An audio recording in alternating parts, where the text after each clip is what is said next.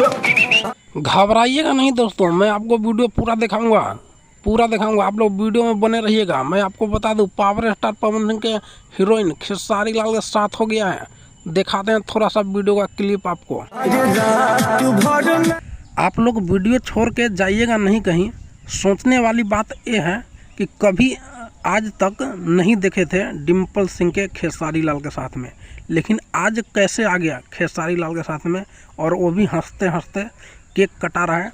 वो उसको केक खिला रहा है, खेसारी लाल जी उसको केक खिला रहे हैं। ये कैसे हो गया आप लोग समझ सकते हैं।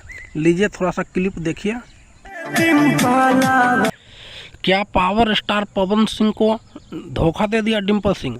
मैं इसलिए कह रहा हूँ क्योंकि पावर स्टार पवन सिंह कहीं नज़र नहीं आ रहे हैं, डिम्पल सिंह ही अकेला आया है। आप लोग देख सकते हैं इस वीडियो को, क्लिप में। आप लोगों का क्या राय है दोस्तों, नीचे कमेंट बॉक्स में ज़रूर बताइएगा।